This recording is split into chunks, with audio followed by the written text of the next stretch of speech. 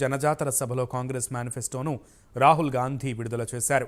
న్యాయ పత్రం పేరుతో 5 గ్యారంటీలను ఇచ్చారు. మేనిఫెస్టోలోని అంశాలను వివరిస్తూనే బీఆర్ఎస్ బీజేపీలపై విరుచుకుపడ్డారు. రాహుల్ గాంధీ తన ముఖ్యమంత్రి అధికార దుర్వినియోగం చేశారని మండిపడ్డారు. తెలంగాణలో వేల మంది ఫోన్లను ట్యాప్ చేసి బెదిరింపులకు పాల్పడ్డారని ధ్వజమెత్తారు. తెలంగాణలో కాంగ్రెస్ ప్రభుత్వం పని మొదలుపెట్టిందని నిజం మీ ముందు ఉంటుందన్నారు రాహుల్. ప్రపంచంలోనే అతిపెద్ద కుంభకోణం ఎలక్టోరల్ బాండ్స్ అన్నారు. తెలంగాణలో బీజేపీ బి టీంను ఓడించామన్న రాహుల్ కేంద్రంలో బీజేపీని ఓడించబోతున్నామని తెలిపారు.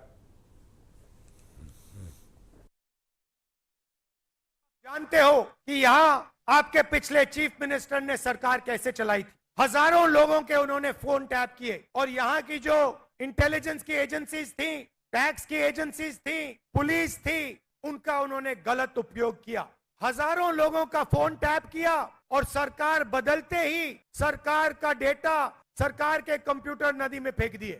मगर जो उन्होंने सरकार चलाई थी, डराकर, धमकाकर, एक्सटॉर्शन करके उन्होंने आपसे आपका धन छीना था। रात को फोन कॉल आता था, आपको धमकाया जाता था और आपसे आपके पैसे छीने जाते थे, आपसे लूटे जाते थे। आज तेलंगाना में कार्रवाई शुरू है और सच्चाई आपके सामने है। मैंने आपको कहा था कि आपने एक नया स्टेट बनाया, आपने एक सपना देखा और केसीआर जी ने उस सपने को तोड़ने का काम किया।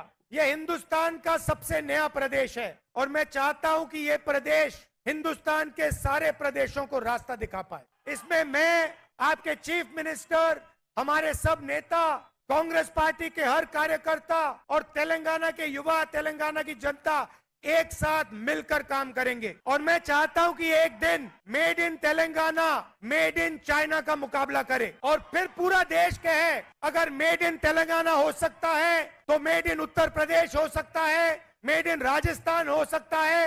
तो ये मैसेज मैं चाहता हूं कि आप देश को दें। मैं यहाँ राजनीतिक भाषण दिया हूं, मगर मेरा और आपका रिश्ता राजनीतिक नहीं है।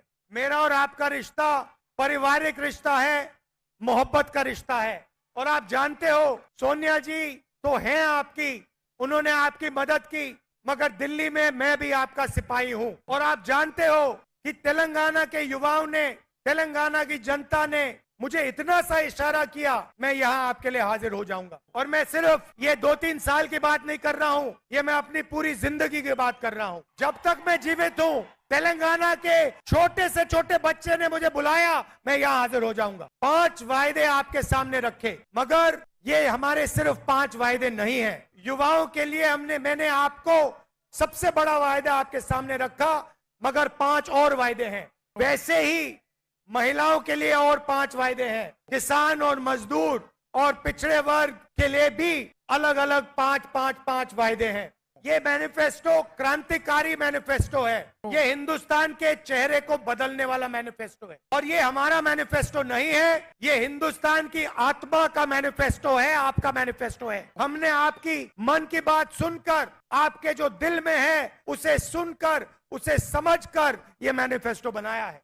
ये लड़ाई कॉन्स्टिट्यूशन और लोकतंत्र को बचाने की लड़ाई है। नरेंद्र मोदी जी 3-4% लोगों के लिए काम करते हैं। उनके पास मीडिया, धन, इंटेलिजेंस एजेंसीज, सीबीआई, ईडी सब कुछ है।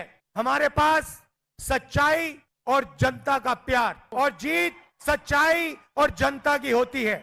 जिसको पहले इन्फोर्समेंट डायरेक्टरेट कहा जाता था, वो आज एक्सटॉर्शन डायरेक्टरेट बन गया है। बीजेपी दुनिया की सबसे बड़ी वॉशिंग मशीन चला रही है और देश के सबसे भ्रष्ट मंत्री, सबसे भ्रष्ट नेता नरेंद्र मोदी जी के साथ खड़े हैं। इलेक्शन कमीशन में नरेंद्र मोदी जी ने लोग बैठाए। और दुनिया का सबसे बड़ा स्कैम इलेक्टोरल बॉन्ड्स का स्कैम है। पैसा दो, धंधा लो। इलेक्टोरल बॉन्ड्स की आप लिस्ट निकालिए और उसमें साफ दिखता है, एक दिन सीबीआई कंपनी को धमकाती है, उसी महीने वही कंपनी बीजेपी को करोड़ों रुपए पकड़ा देती है। कांग्रेस पार्टी के सारे बैंक अकाउंट बंद कर दिए, मगर हम इन लोगों से नहीं डरते हैं। यहाँ पे हमने बीजेपी की बी टीम को हराया, आने वाले चुनाव में हम ए टीम को हराने जा रहे हैं। तुक्कुगूड़ा